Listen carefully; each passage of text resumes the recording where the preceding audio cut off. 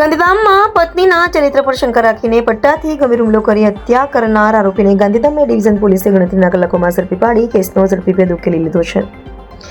સરહદી રેન્જ ભુજ કચ્છના પોલીસ મહાનિરીક્ષક શ્રી ચિરાગ કોરડિયા સાહેબ, પૂર્વ કચ્છ ગાંધીધામના પોલીસ અધિક્ષક શ્રી સાગર બાગબાર સાહેબ તથા અંજાર વિભાગના નાયબ પોલીસ અધિક્ષક શ્રી મુકેશ ચૌધરી સાહેબના માર્ગદર્શન હેઠળ પોલીસ ઇન્સ્પેક્ટર શ્રી એમ જે રાઠોડના નેતૃત્વમાં અલગ અલગ ટીમો બનાવી ટેકનિકલ સર્વેલન્સ અને હ્યુમન સોર્સિસના આધારે આરોપીને ઝડપી પાડવામાં આવ્યો.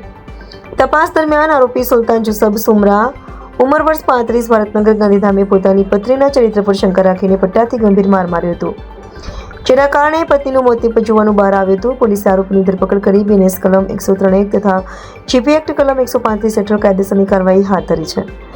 બ્યુરો ચીફ રમણભાઈ એમ ચૌહાણ, ગાંધીધામ. સજી ખાસ કરીને આ જે ઘટના ઘટેલી છે, જે યુવતીની જે હત્યા કરવામાં આવી છે, એવી રીતે બનાવ આવ્યો છે, શું બનાવ છે ને શું એની વિગત છે? તાજેતરમાં ગાંધીધામ એ ડિવિઝન પોલીસ સ્ટેશન ખાતે એક હત્યાનો બનાવ બન્યો છે. જેની સમગ્ર હકીકત જોઈએ તો આરોપી જે છે આમાં સુલતાન જુસબ સુમરા, જે ભારતનગરના રહેવાસી છે, તેઓએ તેમની પત્ની નું ખૂન નિપજાવી અને તેમની જે બોડી છે એની અંતિમ વિધિની કાર્યવાહી કરતા હતા.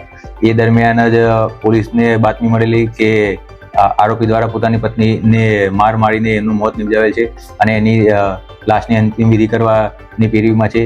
જે માહિતી પોલીસને તાત્કાલિક મળતા પોલીસે ઘટના સ્થળે પહોંચી અને લાશનું ફોરેન્સિક પીએમ કરેલ અને ફોરેન્સિક પીએમ દરમિયાન મરણજની લાશ પર મલ્ટિપલ ઇન્જરી હોવાની હકીકત જણાઈ આવેલ.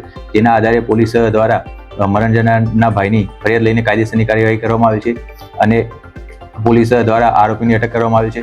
આ સમગ્ર બનાવનું કારણ જોઈએ તો આ આરોપી દ્વારા પોતાની પત્નીના ચારિત્ર ઉપર શંકા રાખીને અવારનવાર એમની સાથે ઝઘડા કરવા હતા અને છેલ્લે તેમની ઉપર વધારે શકના આધારે એમનું પટ્ટા વડે માર મારીને એમનું મોત નિપજાવેલ હતું. આ સમગ્ર કાર્યવાહી દરમિયાન હાલમાં પોલીસ દ્વારા આરોપીની અટક કરવામાં આવી છે અને વધુ તપાસ પોલીસ દ્વારા ચાલુમાં છે.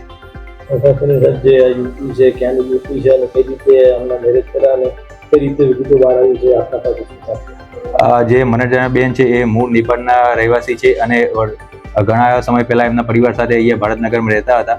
એ દરમિયાન આરોપી અને મનોરંજનાને પ્રેમ સંબંધ થયેલો અને બંને પ્રેમ લગ્ન કરેલા છે અને આ સમગ્ર બનાવની પોલીસની માહિતી મળતા પોલીસ દ્વારા જાતેથી આની તપાસ કરી અને મનોરંજનાની ફોરેન્સિક પીએમ કરાવતા સમગ્ર હકીકત બહાર આવેલ છે.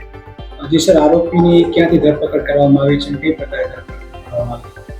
આ બનાવની જાણ થતાં પોલીસે જેવી ઘટના સ્થળે પહોંચી ત્યાં જે પોલીસ દ્વારા આરોપીની ડિટેન કરવામાં આવી અને ત્યારબાદ સમગ્ર હકીકત જણાઈ આવતા પોલીસ દ્વારા પુરાવાના આધારે આરોપીની ધરપકડ કરવામાં આવી છે.